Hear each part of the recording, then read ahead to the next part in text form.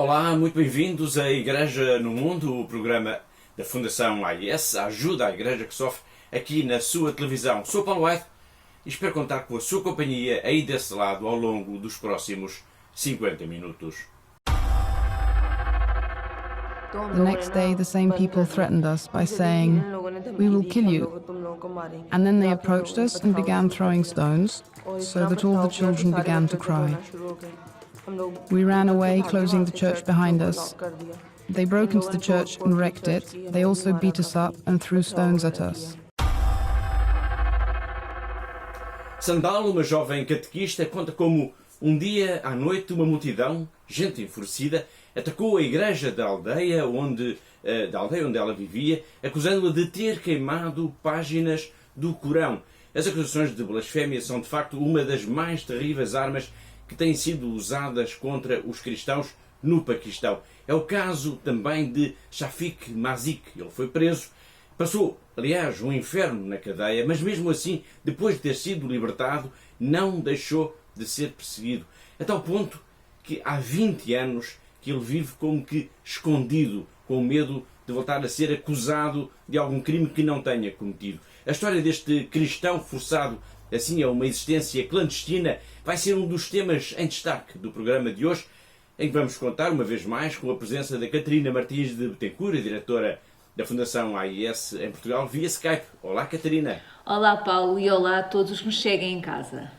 Com quem vamos conversar sobre estas e outras histórias. Portanto, além destas histórias que nos vão levar até ao Paquistão, vamos também falar dos Camarões. Por exemplo, nos últimos dias houve um cardeal dos Camarões que esteve mesmo sequestrado durante algumas horas. Mas vamos também até à Índia, até Moçambique, fazer o ponto da situação da crise humanitária e do conflito armado no norte de Moçambique, na província de Cabo Delgado. Vamos também até à Síria, ao Mali e ao Níger. Depois vamos continuar a escutar essa entrevista, que é um documento extraordinário do padre Pierluigi Macali, ao fim de 2 anos e 8 meses de sequestro às mãos de um grupo jihadista. E hoje o padre Macali vai contar como é que passava o enorme tempo que ele tinha, porque ele estava sequestrado, algures no deserto, e como é que passava esse tempo a rezar. Deixe ficar por aí na nossa companhia, porque vale mesmo a pena, uma vez mais, o programa da Fundação AIS. A primeira notícia, a primeira paragem do programa de hoje, vai levar-nos até aos Camarões. Um grupo de homens armados sequestrou na tarde da quinta-feira, dia 5 de novembro, o cardeal Cristian Tuni, de 90 anos. O cardeal foi libertado, de facto, no dia seguinte, mas este episódio veio colocar este país africano, os Camarões, nas primeiras páginas dos jornais. Bom, Catarina, o que é que se passa então nos Camarões? Por que razão é que este cardeal foi raptado? Alegadamente, Paulo, o cardeal Tumi terá sido sequestrado por elementos ligados ao movimento independentista que procura libertar a região anglófona dos Camarões do poder central.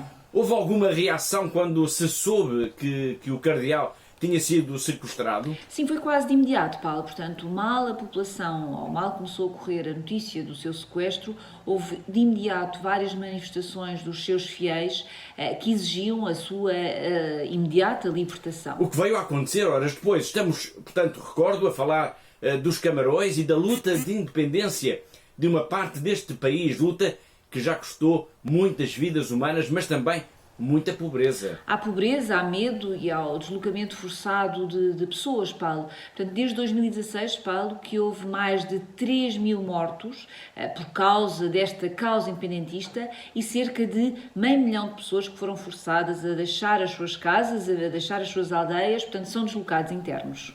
O problema, de facto, é complexo, mas para tentar resumir, ele resume-se, de certa forma, a ambição da região dos Camarões, onde predomina a língua inglesa, onde predominam populações que falam inglês, que estão situadas essencialmente no sudoeste e no noroeste deste país africano. E eles pretendem ganhar a independência, no fundo, face ao poder central, que é dominado por pessoas que falam essencialmente a língua francesa.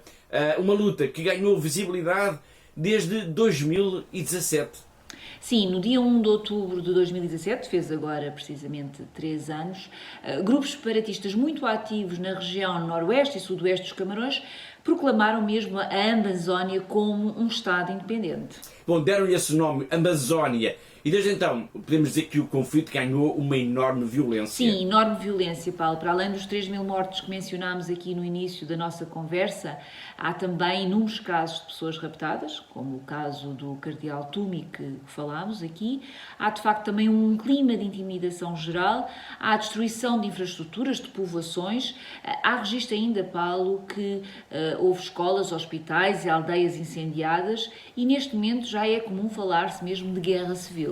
O sequestro e posterior libertação do cardeal Tumi mostra que esta onda de violência separatista nos Camarões não poupa sequer a Igreja. Ainda este ano, em março, a Fundação AIS relatava a história de uma jovem sequestrada em plena Igreja.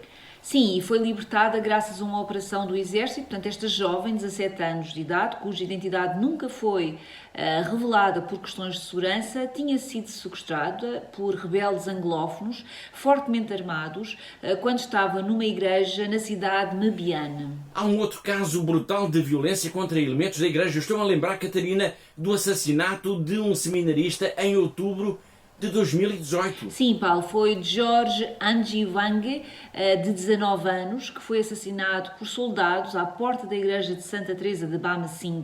Ele estava a rezar o terço quando os soldados o mataram. A questão separatista é apenas um dos problemas que os Camarões enfrentam hoje em dia.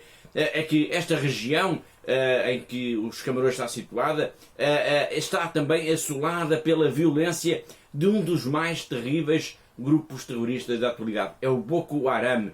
Dom Bartolomé Yahuda, o bispo de Yaguda, em visita recente à sede internacional da Fundação AIS, onde foi agradecer todo o apoio que a Igreja dos Camarões tem recebido dos benfeitores da AIS, referiu precisamente isso. A violência e as consequências da violência do grupo terrorista Boko Haram. Vamos ver.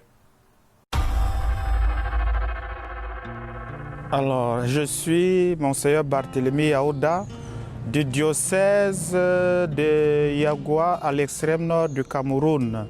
Je donne un grand merci à tous ceux qui travaillent ici à l'église en détresse et à tous les bienfaiteurs parce que l'église en détresse nous aide pour la formation des prêtres, nous aide pour les intentions des messes, pour la construction des chapelles. Et sans ces aides, ça devrait être difficile pour nous parce que nous venons des milieux très pauvres. Et les gens n'ont pas les moyens pour payer la pension de leurs enfants au séminaire. On n'a pas de moyens pour construire les églises. Mes prêtres ne devraient pas avoir des moyens aussi pour se déplacer et même pour se vêtir grâce aux intentions des messes. Les prêtres ont quelque chose par mois. Donc nous disons un très grand merci à l'Église en détresse et surtout aux bienfaiteurs. Et le diocèse de Yagua est dans une zone de Boko Haram, ce qui explique notre extrême pauvreté, notre extrême misère.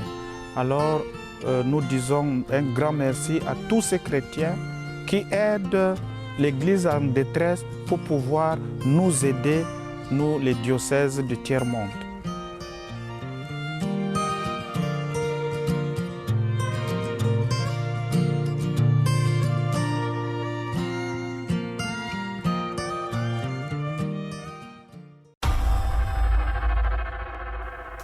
Agora vamos até França, ainda a propósito do terrível atentado na Basílica de Nice, no passado dia 29 de outubro. Nós temos uma entrevista com um frade dominicano português, José Almeida Monteiro. Ele é secretário-geral da província dominicana de França e vive neste país há 40 anos.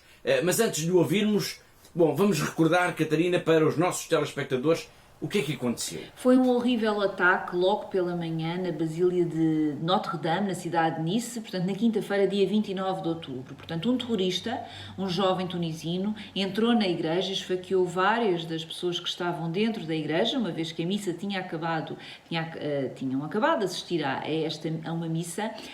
3 pessoas foram mortas, várias foram feridas, e para que os nossos telespectadores percebam ou compreendam melhor a violência deste ataque, Paulo, apenas direi que uma das vítimas, uma mulher de 60 anos, foi decapitada junto à pia batismal.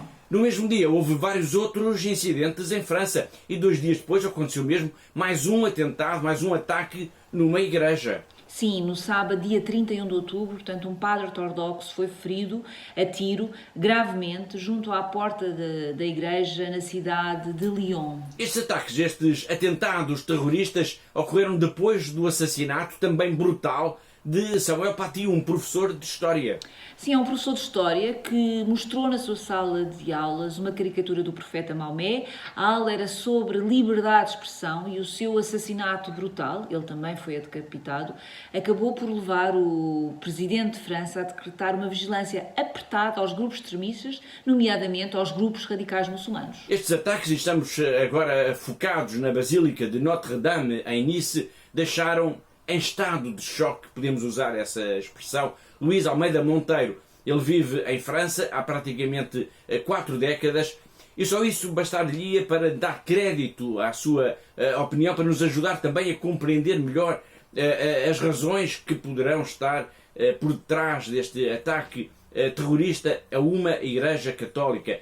Mas ele é também frade dominicano e é também secretário-geral da província dominicana de França. Ele vive em Paris e é também diretor da prestigiada Biblioteca do Souchoir. Bom, horas depois do atentado, ele falou para o nosso programa e explicou que existem várias regiões de França onde vivem populações radicalizadas, prontas para assumir a qualquer momento atos de violência. Este atentado na Basílica de Nice pode ser apenas, digamos assim, a ponta de um iceberg. Eu perguntei mesmo se podemos estar perante uma verdadeira bomba relógio em França por causa destes grupos terroristas. Vamos agora escutar a sua resposta. Eu confesso que ignorava que houvesse uma tal concentração. Eu li hoje isso na imprensa francesa. Mas podemos dizer isso também aqui na região parisiense, quer dizer, regiões radicalizadas. Veja bem, hoje na cidade de Lyon, isso não foi muito publicitado, hoje também prenderam um afegão que tentou, que estava com uma faca de mais de 30 centímetros no centro da cidade, na região que chamam a Presqu'île, onde eu residi durante 6 anos. Hoje prenderam um cidadão afegão que as pessoas do bairro viram, ele estava pronto para atacar e dois outras pessoas, um presidente da Câmara em Lyon, na área metropolitana de Lyon, foi também nestes últimos dias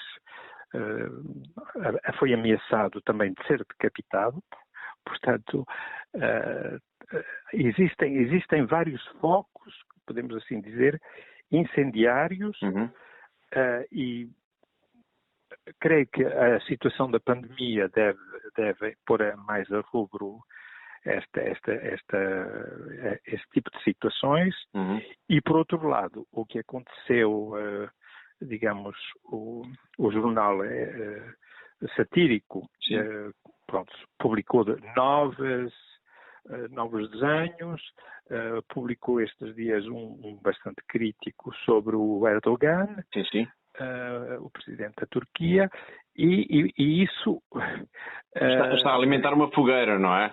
Sim, está a alimentar uma fogueira. Agora as pessoas dizem, sim, mas se baixamos a crista, se nós nos inclinamos, mas o facto é que a situação já está saturada de violência e, digamos, não sei a que ponto vamos chegar. Sim. Digamos, como houve um atiçar de posições extremadas entre caricaturas e o mundo oriental. É assim, o mundo oriental muçulmano estes dias tem havido vários sinais de violência. Houve na Arábia Saudita hoje, numa consulado junto ao consulado francês. Portanto, são vários focos que podem, a coisa pode arrebentar realmente. Digamos, há vários sinais de que pode-se criar uma mini guerra civil, e agora parece que há vários sinais como semáforos que estão no vermelho. Estão no vermelho. Foi o frade dominicano José Luís Almeida Monteiro, que vamos continuar a escutar por aqui nos próximos programas. Para a semana, fica já aqui essa nota, esse registro. Ele vai falar da comunidade portuguesa que vive em França, a numerosa comunidade portuguesa que vive em França, e do medo de novos atentados. O medo que começa já a levar mesmo muitos compatriotas a pensar no regresso ao nosso país. Bom, para já, vamos até à Índia, pois nos últimos dias líderes católicos têm pedido ao governo central para proteger as comunidades cristãs vítimas de ataques de grupos radicais, de grupos nacionalistas. Em causa está, acima de tudo, Catarina, a chamada população tribal. São eles que estão a ser vítimas destes ataques. Exato, portanto, grupos nacionalistas têm vindo a promover na Índia campanhas contra as conversões religiosas, especialmente nas áreas habitadas pela chamada população tribal, o que está a transformar-se numa ameaça para as comunidades cristãs locais. Importa aqui dizer que os chamados Dalits ou intocáveis e também as populações tribais fazem parte de uma percentagem muito considerável da comunidade cristã da Índia. Confundem-se. Falar dos cristãos da Índia ou dos Dalits ou intocáveis ou das populações tribais, estamos quase sempre a falar do mesmo. Bom, estas campanhas de que estamos agora a falar procuram precisamente estimular as paixões de nacionalistas hindus contra estas populações. Sim, é isso. Portanto, basicamente, Paulo, os grupos nacionalistas estão muito ativos e procuram impedir então o crescimento das comunidades cristãs minoritárias, acusando-as de proselitismo. Muitas vezes mobilizam as pessoas com um discurso de ódio contra as conversões, e é neste ambiente que têm surgido os ataques. A irmã Mariam Keik, da Diocese de Jagpaldur, já enfrentou mesmo vários riscos por causa do seu trabalho missionário.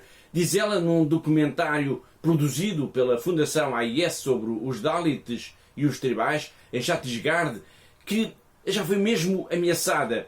A irmã trabalha com crianças. Vamos agora ver, então, o seu testemunho.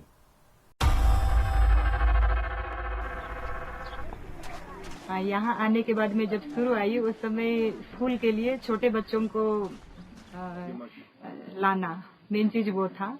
फिर दूसरा वो सीजन खत्म हो गया तो उनको स्कूल के लिए प्रेरित करना, फिर बीच में छोड़ दे रहे उनको फिर से लाना, समझाना, माता पिता के साथ में संबंध बनाना। वो पहला साल में। दूसरा साल में हमारे यहाँ स्कूल खुला तो फिर 2013 में यहाँ पे अपना स्कूल खुलने के बाद में फिर लाए जमा किए।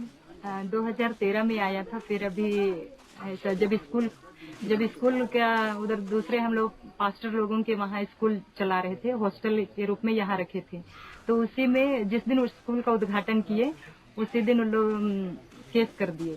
फिर यहाँ हमारे जितने भी ये मसीही बहन भाइयों में जितने भी बोलने वाले थे 12 सबके नाम से केस बना दिए। फिर गिरजाघर को तोड़ने के लिए वहाँ का भी यहाँ का 2 बार आए, उस समय भी फोर्स सब आके मना किए तो वो सब नहीं हुआ। फिर तीसरी बार में बोले कि पट्टा नहीं है इसलिए इस बार तो गिराना ही है। उनका कहना है कि हमारे आने के बाद में ही लोग ज्यादा इधर आना शुरू हो गए हैं, इसलिए आप कभी भी आपको कुछ भी हो सकता है, आप हमेशा तैयार रहिए। और ये केस के बीच में ही हमको सबसे ज्यादा बुलाहट मिला। हमारे क्रिश्चियन 30 नया परिवार आए उस बीच में।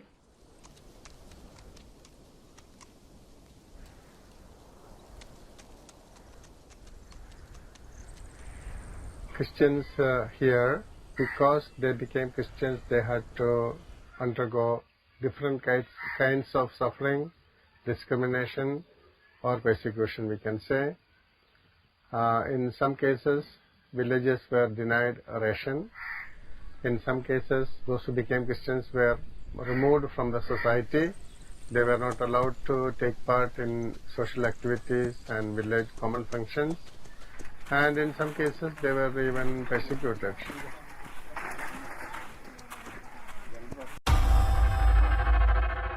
Os Dalits, ou intocáveis, ou até as populações tribais, de que falámos mesmo agora, estão na base do complexo sistema de castas da Índia. São uma parte também considerável, como já dissemos, da população, da comunidade cristã neste país. De outra maneira, os cristãos indianos confundem-se com os mais pobres, os mais miseráveis, os que têm menos direitos, os que vivem, portanto, de alguma forma também à margem da própria sociedade. O padre jesuíta Stan Swami, de 83 anos de idade, tem dedicado a sua vida a ajudar estas pessoas que, no fundo, a sociedade tem ignorado, principalmente os povos indígenas, os marginalizados, nomeadamente também os Dalits, no estado de Jharkhand. Foi preso agora no dia 8 de outubro. 2 dias antes da polícia o ter ido buscar, o padre Stan deixou um alerta sobre aquilo que lhe poderia vir a acontecer, dizendo mesmo que todos aqueles que na Índia defendem os direitos dos Dalits e dos marginalizados estão sob ameaça. Os nossos colegas do Rome Report têm esta história. For over 5 decades, Father Stan Swami, a Jesuit priest and human rights activist, has been working for India's most marginalized and vulnerable indigenous communities. On October 8th, Father Stan Swami was taken into custody by the National Investigation Agency in India. The NIA accuses him of personal links with the banned extremist groups of Maoists and Naxalites. 2 days before being taken into custody, Father Stan recorded this video to be released in case an arrest took place. What is happening to me is not something unique happening to me alone. It's a broader process that is taking place all over the country. We are all aware how prominent intellectuals, lawyers, writers, poets, activists, student leaders, they are all put into jail just because they have expressed their dissent or raised questions about the ruling powers of India. Father Xavier Jejuraj is the secretary for all the Jesuit social justice and ecology initiatives. He knows Father Stan personally and considers him a mentor. Father Xavier believes that the state is after him because of his dissent with several policies of the government, and says Father Stan is the one who raises the concerns of the voiceless people in India. He has been a person who has been committed to the cause of the indigenous people in India. For all these 50 years in Jharkhand, the state where the majority are indigenous people, they have been deprived of their rights over their land. He has been standing with them to fight for their rights and calling for the state to give them their due rights. This has been his mission. The Secretariat for Social Justice and Ecology is mobilizing other Jesuits and people worldwide to demand Father Stan Swami's immediate release. The whole Society of Jesus is with him in solidarity. We want to say that we stand with the Stan, who has been standing with the people. So by standing with him, we want to say that we stand with the indigenous people and the Dalits. The Jesuits recently held a day of solidarity with Father Stan Swami. Since then, peaceful demonstrations, meetings of solidarity, candlelight marches, and online campaigns have been held across India and the rest of the world. Ao longo das últimas semanas temos vindo a acompanhar por aqui a história impressionante do padre Pierluigi Macali, que esteve sequestrado no Níger e depois mais tarde no Mali durante 2 anos e 8 meses. Ele foi libertado no dia 6 de outubro. Bom, o padre Pierluigi deu entretanto uma entrevista que nos tem vindo a acompanhar por aqui ao longo das últimas semanas, que é um documento notável para que podemos compreender melhor como foi todo este tempo, este processo em que este sacerdote italiano esteve em cativeiro. Eu chamo agora a sua atenção para o que vamos escutar hoje, pois ele vai contar precisamente como é que passava o tempo. Durante a noite, o padre Pierluigi ficava acorrentado para não poder fugir. O dia começava sempre com o nascer do sol. Aliás, era o nascer e o pôr do sol que marcava, no fundo, as horas do dia. O dia começava, como eu disse, então, com o nascer do sol. O padre Pierluigi aproveitava logo a manhã para rezar o terço. Rezava o terço com um terço que ele improvisou com uma corda.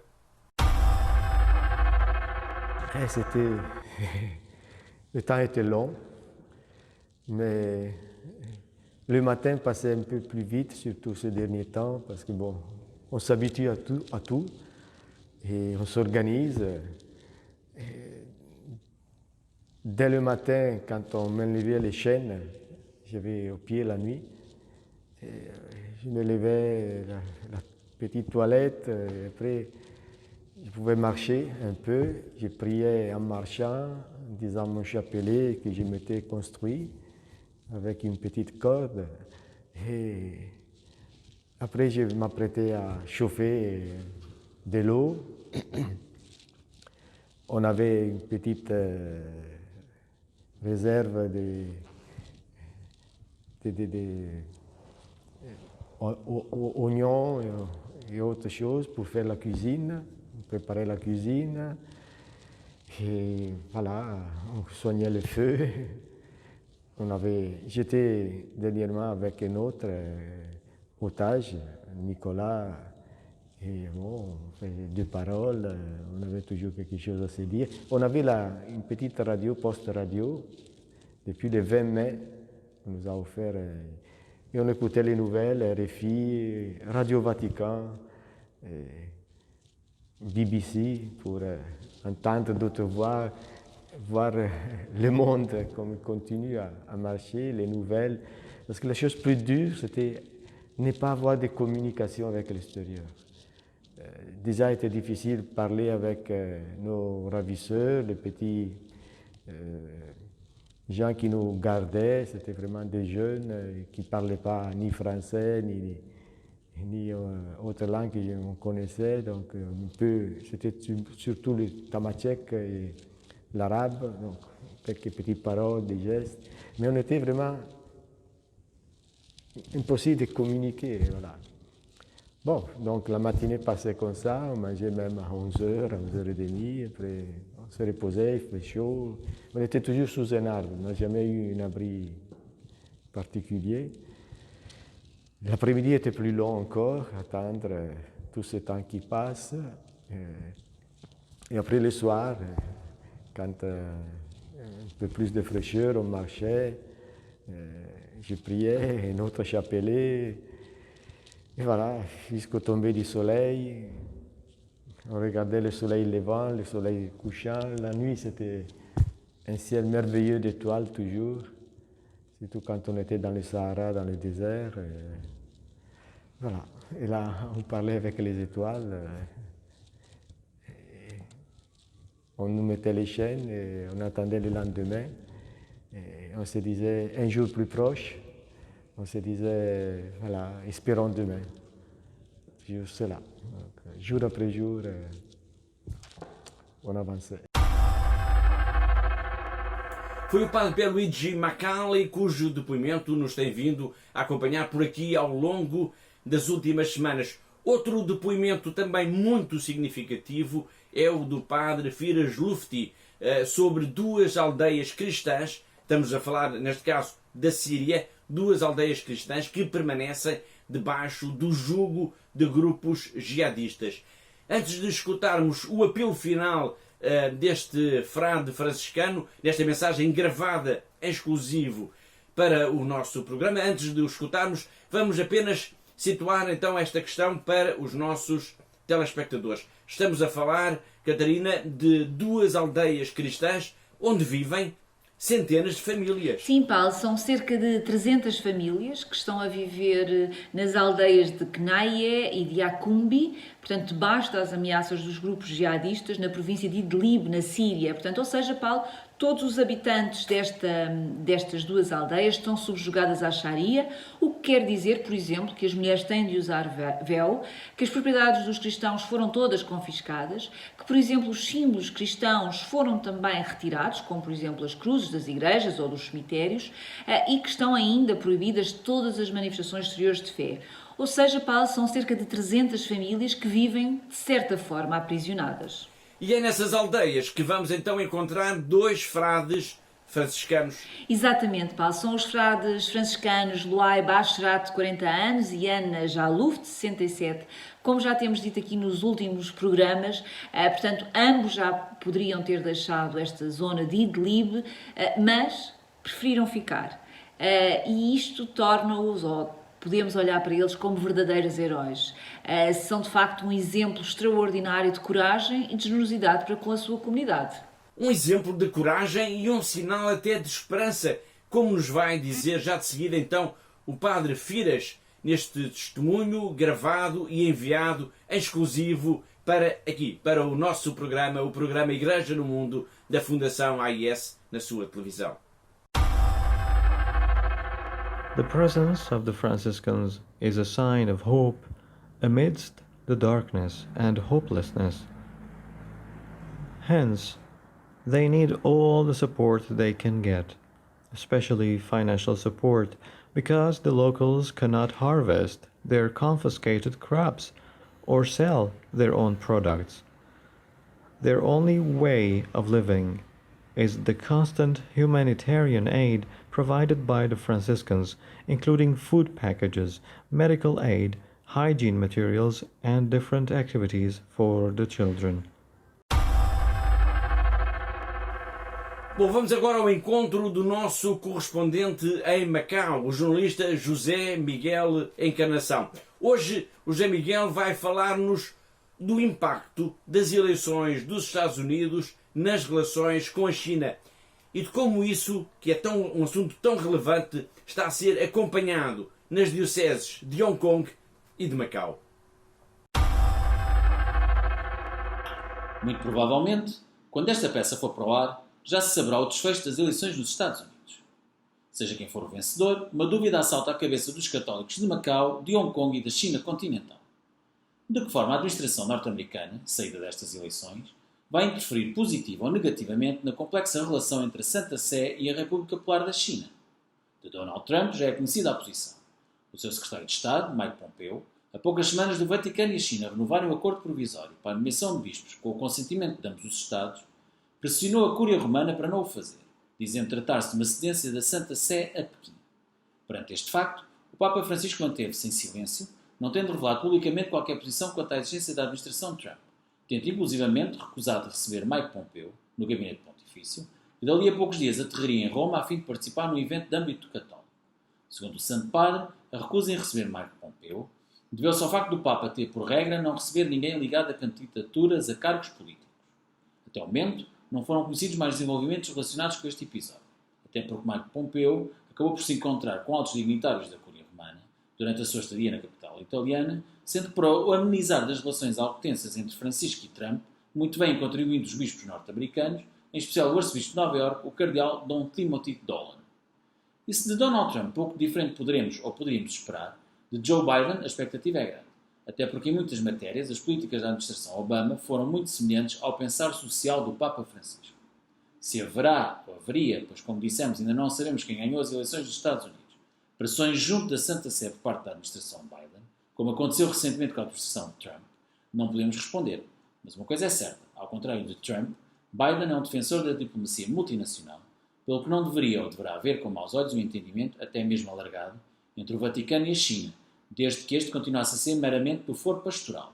É que Taiwan é um protetorado militar dos Estados Unidos, o que não contribui em nada para que novos acordos entre a Santa Sé e Pequim passem da esfera religiosa para a esfera político-diplomática. Foi José Miguel Encarnação, o nosso correspondente em Macau, na China, e assim chegamos ao fim da primeira parte do nosso programa. Na segunda parte vamos contar então a história de um cristão no Paquistão que esteve preso injustamente por causa de uma falsa acusação de blasfémia. Ele esteve preso, foi libertado entretanto, mas mesmo depois de ter sido libertado, ele está forçado a viver quase que clandestinamente, pois continua a ser ameaçado. Já passaram 20 anos em que ele vive nesta condição de fuga permanente. Deixa ficar por aí, porque voltamos já dentro de instantes com esta e outras histórias.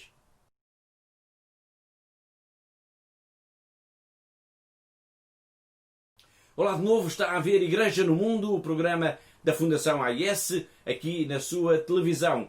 Via Skype está a Catarina Martins de Betancourt, a diretora da Fundação AIS, aqui em Portugal. Bom, imagine uma pessoa que é presa e condenada por um crime que na verdade não cometeu. Bom, imagine agora que essa pessoa, depois de ter passado 3 anos na cadeia, que ela classifica como tendo sido um inferno, é obrigada a viver quase na clandestinidade, pois continua a ter a vida ameaçada. Essa pessoa tem um nome, chama-se Shafik Mazik, e viveu os últimos 20 anos praticamente escondido. Bom, Catarina, esta de facto é uma história terrível. Sem dúvida, Paulo, e o mais terrível é o facto de ser uma história verdadeira. Portanto, ele foi acusado de blasfémia por um crime que não cometeu. Shafik Masih passou 3 anos na cadeia, onde a sua vida foi ameaçada por diversas vezes. E tudo porque o sócio muçulmano da sua pequena oficina culpou-o de ter falado depreciativamente sobre o profeta Maomé. Não era verdade, claro, mas isso não o livrou da ira da multidão. E foi no dia 31 de maio de 1998. Shafik foi salvo da multidão pela polícia, mas o juiz não o livrou da cadeira. Portanto, foram 3 anos em que correu o risco de ser linchado pelos companheiros de cela. Foi um verdadeiro inferno, foi assim que nos disse quando nos contou a sua história. Foi libertado em 2001 e resgatado com a sua família para uma casa-abrigo. Shafik continua a ser soldador, essa é a sua profissão, mas a sua vida nunca mais foi a mesma. Na verdade, ele nunca mais foi uma pessoa livre. Não, ele é de facto um exemplo do que significa a condenação de inocentes por blasfémia no Paquistão, Paulo. Portanto, ele não fez nada, mas mesmo assim esteve 3 anos na cadeia e agora, portanto, desde há quase 20 anos que Shafik evita ser descoberto pelos seus antigos vizinhos para que não o possam voltar a acusar, e até as visitas que faz aos irmãos que vivem numa aldeia relativamente longe são de facto um risco, e por isso Shafik só viaja de noite. Bom, no Paquistão, quem profanar o Corão pode ser condenado à prisão perpétua, e quem blasfemar contra o profeta Maomé pode ser condenado à morte. No Paquistão, muitas vezes, por causa de mentiras, de falsas acusações de blasfémia, pessoas inocentes acabam nas mãos de multidões enfurecidas. A justiça pelas próprias mãos é de facto muito comum neste país, e os cristãos sabem bem como isso é trágico. Tal como Shafik, cuja história contámos mesmo agora, também Sandal, uma jovem catequista, e o seu pai, Gulsher Mazik, foram acusados de um crime que não praticaram. Neste caso, eles foram só ameaçados, mas a memória dessa ameaça dos momentos difíceis que passaram não se apagará mais das suas vidas. We attended church in the evening. Children would come in the evening, and we would teach them Bible verses, and thereby get to know the Bible together. Then one day these people came along and told us to turn off the loudspeaker. Well, we turned it off. The next day the same people threatened us by saying, "We will kill you." And then they approached us and began throwing stones, so that all the children began to cry. We ran away, closing the church behind us. They broke into the church and wrecked it. They also beat us up and threw stones at us. Then they went to the mosque and declared that I had burned the pristine Quran. They accused us, telling her father ripped the pages out of the book and handed them to her, and she cut and burnt them. No Christian would ever do such a thing, nor do we consider it a courageous act. I was home in the evening. We were about to start eating when they once again started throwing stones. We had no idea what to do. Then my younger sister began to cry. We sat down together and began to pray. Around 9:30, they began a great demonstration, throwing stones, hurling insults and making threats, all at the same time. At that point, we became very scared, so I made a call and the police arrived. They locked me up in a separate cell, took away my blanket and the rest. That is how you will spend the night here, and you will not get your blanket or any food until you declare your acceptance of Islam. They locked me up in a warehouse with sacks strewn all over, with no light or ventilation. If the Son of God, Jesus Christ's face was spat upon, and stones were thrown at him, all for our sake, if for our sake he could go through all that, then what we are experiencing is as nothing.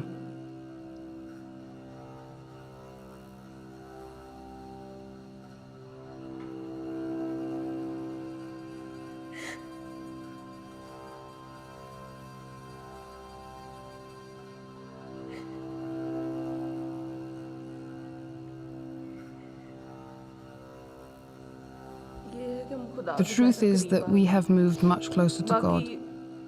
On the other hand, it still feels as if we were imprisoned.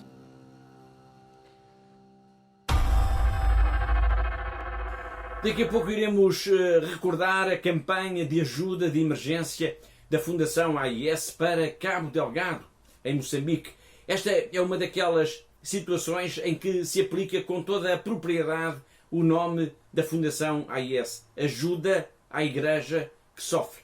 Para já, vamos até ao Brasil. Melhor, vamos até à Amazónia. Vamos falar da importância de um barco. Um barco para Itacoatiara. Catarina, que história é esta? É muito simples, Paulo. Portanto, na Amazónia os rios são as estradas e na prelatura de Itacoatiara, no norte do Brasil, que ocupa uma área de cerca de 58 mil km², superior a alguns países europeus, como a Holanda ou a Suíça, por exemplo. Portanto, a Igreja desenvolve, de facto, um trabalho assinalável na promoção das comunidades que vivem nas zonas ribeirinhas, mas debate-se com reais problemas, e a começar pela falta de sacerdotes e de meios de transporte, ou seja, falta-lhes um barco. Bom, e a Fundação AIS recebeu então um pedido de ajuda, é isso? Sim, a Fundação AIS recebeu então esse pedido de ajuda desta prelatura e está a procurar reunir os meios necessários para podermos oferecer então um barco que permita o transporte em segurança e com a rapidez necessária a todas as comunidades e que pertencem à igreja local. As distâncias são de facto um problema e as viagens demoram bastante tempo. Há comunidades que vivem mesmo, podemos dizer, muito isoladas ou quase completamente isoladas e que por vezes apenas recebem a visita de um sacerdote ou de algum missionário uma ou duas vezes por ano. Sim, e isso dá para perceber como a questão do transporte é tão importante aqui, Paulo. Portanto, sem o barco, os padres e os missionários não se podem deslocar e, se não o fizerem, haverá dezenas e dezenas de pequenas comunidades que ficarão sem assistência durante meses e meses. Um barco para a Amazónia. A Fundação AIS está então empenhada neste projeto simples, mas essencial. E todos nós sabemos que como a Amazónia é tão querida, por exemplo, do Papa Francisco. Bom, agora quero apresentar-vos o Padre Pedro. Ele é polaco e trabalha na cidade de Tefé, mesmo no coração da selva amazónica. Também ele, para viajar, usa o rio como se fosse uma estrada. Também ele, para viajar, precisa de um barco.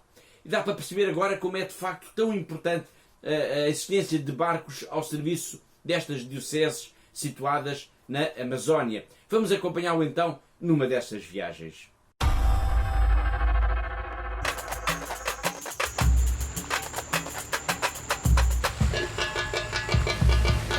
Sou Padre Pedro Xavier, Padre polonês, trabalho na cidade de Tefé, situada no coração da floresta amazônica. Eu tenho uma parte da paróquia na cidade e 35 comunidades no meio da floresta. Para visitar todas elas, é necessário cerca de 3 meses viajando de barco pelos rios. Os povos indígenas têm muita fé.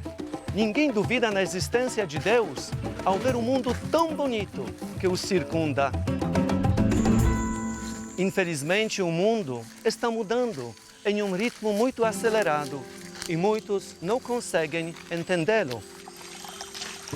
Os padres, muitas vezes, são seus únicos defensores contra as injustiças por parte dos grandes proprietários de terra. Apenas um pequeno número de pessoas participa ativamente da vida da Igreja. Muitos católicos migraram para grupos pentecostais que prometem uma vida melhor e mais fácil. Graças ao barco que recebi de vocês, eu posso chegar até aqueles que precisam tanto da nossa presença. Em todo o mundo há muitos homens e mulheres como eu que querem estar perto das pessoas, apesar das dificuldades. Eles precisam da sua ajuda. Faça uma doação à ACN, o verdadeiro presente da fé, e mantenha viva a fé em sua família e ao redor do mundo. Deixe Jesus, que nasceu no meio dos pobres, nascer também em teu coração. Feliz Natal da Amazônia! Feliz Natal!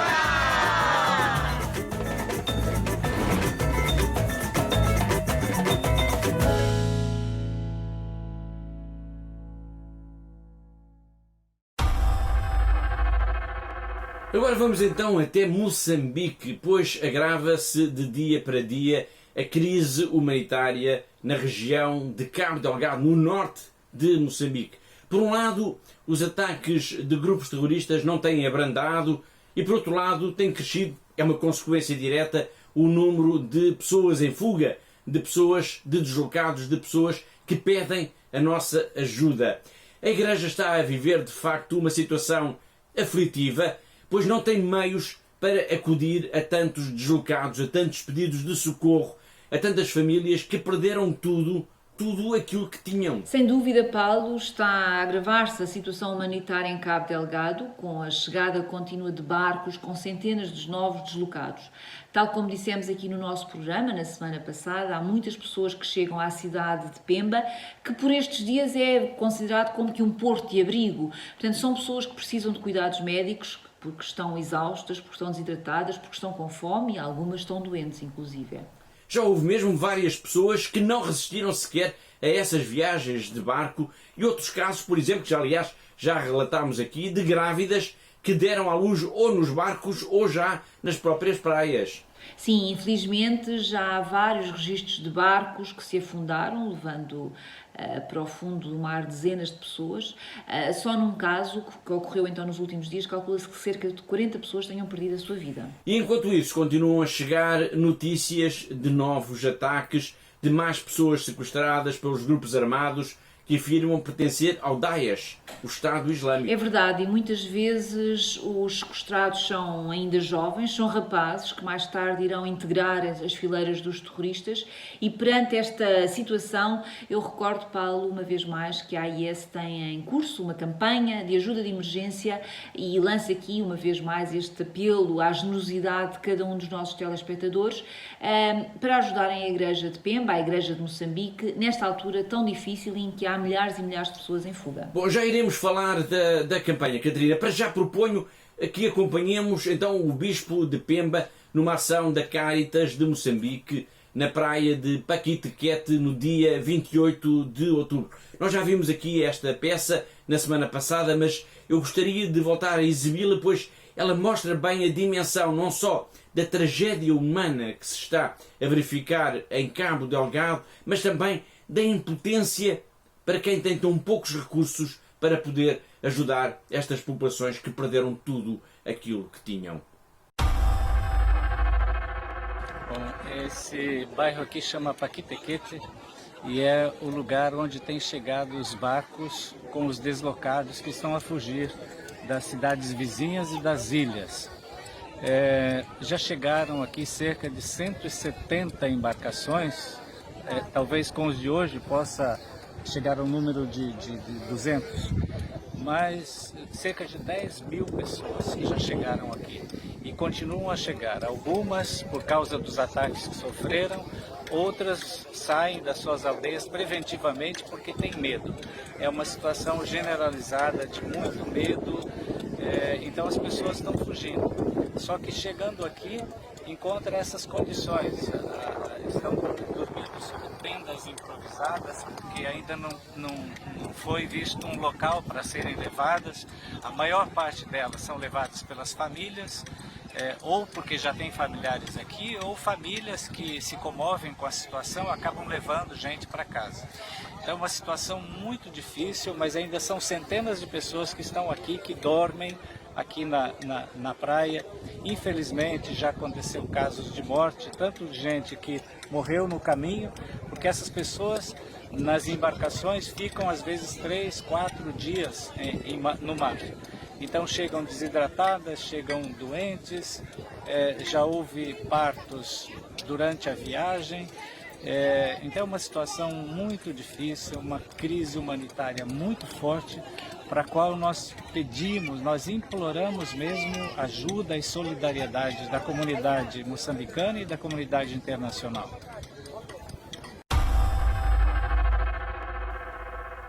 Foi o Bispo de Pemba a implorar ajuda da comunidade internacional para os deslocados de Cabo Delgado. Bom, então, vamos retomar então a ideia da Catarina. A Fundação AIS tem em curso uma campanha destinada precisamente para esta diocese, a Diocese de Pemba. Sim, Paulo, como disse há pouco, portanto, a Fundação AIS está a promover uma grande campanha de ajuda para a Diocese de Pemba. Portanto, e deixo aqui, uma vez mais, o meu apelo à generosidade de todos os que nos estão a ver neste momento. Portanto, a Igreja de Cabo Delgado não tem mãos a medir perante este enorme número de deslocados que vão chegando diariamente à cidade. E, portanto, nós, Fundação AIS, queremos ajudá-los e para isso precisamos de si e por isso a nossa ajuda, a ajuda de cada um de nós é também vital para podermos ajudar então a Igreja em Pemba. Fica aqui então esse registro, é preciso continuar a apoiar esta campanha de ajuda humanitária da Fundação AIS de socorro às populações de Cabo Delgado vítimas de ataques terríveis por parte de grupos jihadistas. Para isso, Catarina, para ajudar a Diocese de Pemba, o que é que os nossos benfeitores, o que é que os nossos telespectadores precisam de fazer? Sim, Paulo, como sempre, é muito fácil ajudar, basta entrar em contato connosco ou para o nosso telefone que está a passar neste momento, ou então através da página de internet da Fundação AIS e dizer que quer ajudar esta Igreja de Moçambique, quer ajudar os nossos irmãos moçambicanos que estão a viver um período tão difícil das suas vidas. Portanto, a Igreja de Pemba precisa muito, mas mesmo muito da nossa solidariedade. Portanto, todos os dias há novos deslocados que chegam à cidade e todos os dias há novas pessoas que precisam dos nossos cuidados e por isso toda a ajuda que vier será bem-vinda. Em nome da Igreja de Moçambique, da Igreja de Pemba, muito obrigada. No dia 13 de outubro de 1995, a Fundação AIS começou as suas atividades aqui em Portugal. Foi, portanto, há 25 anos. Uma data que o Presidente da República, vários bispos e várias personalidades da vida da Igreja fizeram questão de assinalar, enviando mensagens de parabéns e de incentivo também pela missão da Fundação AIS de apoio aos cristãos perseguidos e de ajuda à Igreja que sofre e também em defesa da liberdade religiosa no mundo. É o caso de Dom António Augusto Azevedo, o Bispo de Vila Real.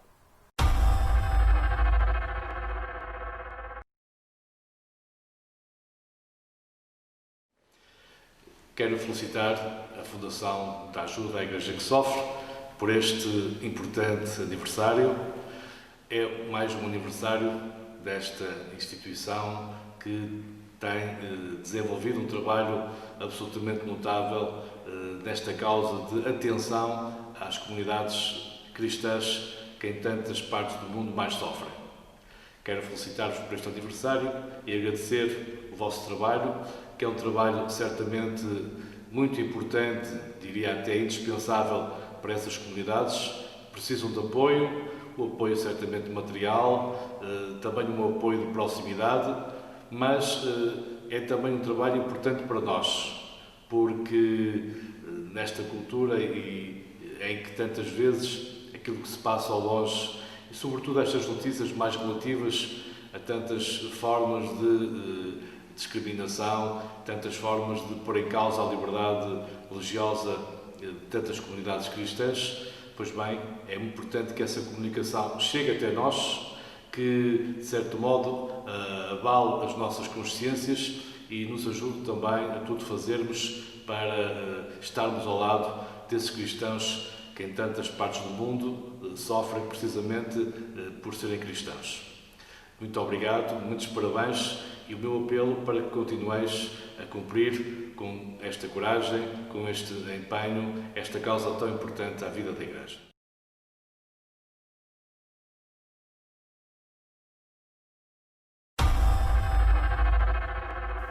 E com estas palavras de gratidão e de incentivo pelo trabalho da Fundação AIS, a Ajuda à Igreja que Sofre aqui em Portugal, ao longo destes últimos 25 anos, chegamos então ao fim do nosso tempo, ao fim do programa de hoje. Eu agradeço uma vez mais a presença e a colaboração da Catarina Martins de Betancourt, a diretora da Fundação AIS aqui em Portugal. E quanto assim, já sabe, eu espero por si aí desse lado na próxima semana. Até lá, se Deus quiser.